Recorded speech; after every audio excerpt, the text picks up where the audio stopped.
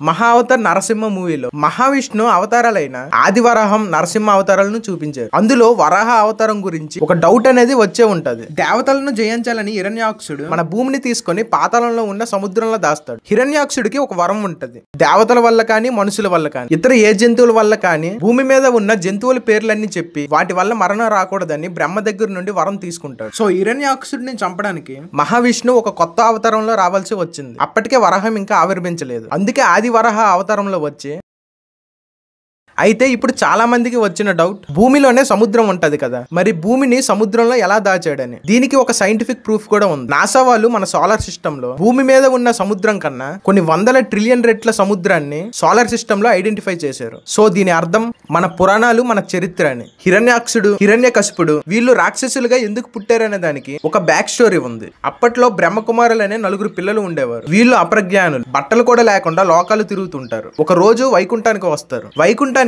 ఇద్దరు ద్వారపాలకులు ఉంటారు. వాళ్ళే జయ విజయ. మనం ఏ విష్ణు కోవిలికి వెళ్ళినా వీళ్ళు కనిపిస్తారు. అయితే వీళ్ళు బ్రహ్మకుమారులను లోపలికి వెళ్లకుండా అడ్డుకుంటారు. దాంతో కోపం వచ్చిన బ్రహ్మకుమారులు మీ విష్ణుకు దూరంగా 7 జన్మలు జీవిస్తారని జయ విజయాలను శపిస్తారు. అప్పుడు మహావిష్ణు దగ్గరికి వెళ్లి మేము మా ధర్మాన్ని పాటించిన వీళ్ళు శపించారు, మీరే మమ్మల్ని కాపాడాలని ప్రాధేయపడతారు. వీళ్ళ శాపాన్ని నేను అడ్డుకోలేను కానీ ఒక సవరణ చేయగలను. నాకు దూరంగా 7 జన్మలు ఉంటారా, నాకు శత్రువుగా 3 జన్మలు ఉంటారా అని మహావిష్ణు అడుగుతాడు. 7 కన్నా 3 బెటర్ కదని 3 జన్మలు శత్రువుగా ఉండడానికి ఒప్పుకుంటారు. వాళ్ళే హిరణ్యాక్షుడు, హిరణ్యకశిపుడు. రామావతారంలో వచ్చే రావణాసురుడు, కుంభకర్ణుడు. కృష్ణావతారంలో వచ్చే శిశుపాలుడు, దంతవక్రుడు. మహావతార్ నరసింహ మూవీలో రాక్షసుల వధ వరకు చూపించారు. ఆ తరువాత ఏమైందనేది మూవీలో చూపిలే. హిరణ్యాక్షుడు నుండి భూమిని కాపాడిన వరాహ అవతారం తిరిగి భూమిని యథావిధిగా పెడతాడు. ఆ తరువాత భూదేవి తనని పెళ్లి చేసుకోమని భూమి మీద జరిగి అధర్మాన్ని కాపాడుతూ ఇక్కడే ఉండమని భూదేవి కోరుతుంది. భూదేవి కోరిక మేరకు తనని పెళ్లి చేసుకుని వెంకటాద్రి కొండ మీద వరాహ రూపంలో కొలువై ఉంటాడు. వెంకటేశ్వర స్వామి కన్నా కొన్ని కోట్ల సంవత్సరాల ముందే వరాహస్వామి అక్కడ కొలువయ్యారు.